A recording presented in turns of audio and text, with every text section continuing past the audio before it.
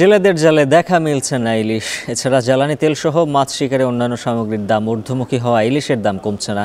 পটুয়াখালীর কলাপাড়ায় কেজিপ্রতি ইলিশ বিক্রি হচ্ছে 1500 টাকায়। বিস্তারিত জানাতে আলিপুর মৎস্য অবতরণ কেন্দ্র থেকে যুক্ত আছেন সহকর্মী জসিম পারভেজ। জসিম, জানাবেন ভরা মৌসুমেও ইলিশ না পাওয়ার কারণ কি আর জেলেরা কি বলছেন?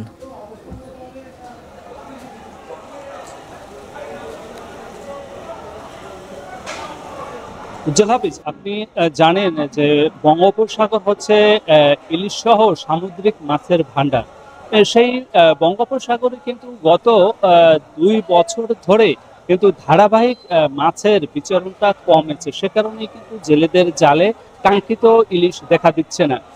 তবুও যে 65 দিনের অবরোধ শেষে গত 1 মাসে 4 বার বঙ্গোপসাগর উত্তাল হয়ে ওঠে লঘুচাপের প্রভাবে, এবং এখন কিন্তু বঙ্গোপসাগর কিছুটা উত্তাল রয়েছে এমনটি নিশ্চিত করেছে এখানকার জেলেরা। তারা বলেছে যে বঙ্গোপসাগরে এখন মাছের বিচরণ কম থাকায় তাদের জালে কাঙ্ক্ষিত মাছ ধরা দিচ্ছে না।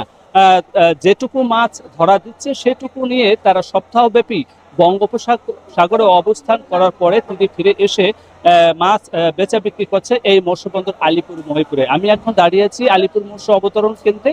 এখানে আজ 1 কেজি ওজনের যে ইলিশ তা বিক্রি হচ্ছে 1500 টাকা কেজি, এবং 700 থেকে 900 গ্রাম ওজনের ইলিশ বিক্রি হচ্ছে 1300 টাকা কেজি দরে। এছাড়া যে 500 গ্রাম থেকে 600 গ্রাম ওজনের যে ইলিশ তা বিক্রি হচ্ছে 850 টাকা কেজি দরে।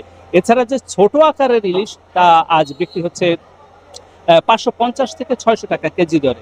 এখানকার জেলেরা আরো বলেছে যে মাছ শিকারের যে রসদ, জ্বালানি তেল সহ এবং বাজার সদায় যা কিছুই তারা ক্রয় করে থাকেন সে সকল পণ্যের দাম বেড়ে যাওয়ায় কিন্তু মাছ শিকারে যে খরচ, সে খরচ এবং স্টাফদের যে বেতন ভাতা সেটারও পরিমাণ বেড়ে যাওয়ায় কিন্তু মাছের দাম বাড়ছে।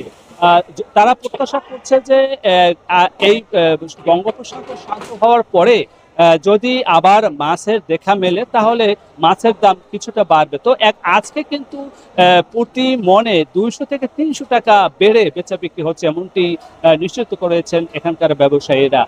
এক কথা বলা যায় যে মাছের সরবরাহ কম থাকলে মাছের দামটা বাড়ে, আর সরবরাহ বেশি থাকলে বা মাছের দামটা কমে। তো তাদের জেলেদের প্রত্যাশা কিছুদিনের ভিতরে মাছের সরবরাহ বাড়বে এবং দাম কমবে। এই ছিল আমার কাছে সবশেষ। উজ্জ্বল হাফিজ। পটুয়াখালী থেকে জসিম পারভেজ জানাচ্ছিলেন ইলিশের বাজারের হালচাল। এখন বাণিজ্যে নিচ্ছে আরেকটা বিরতি, ফিরছি একটু পর।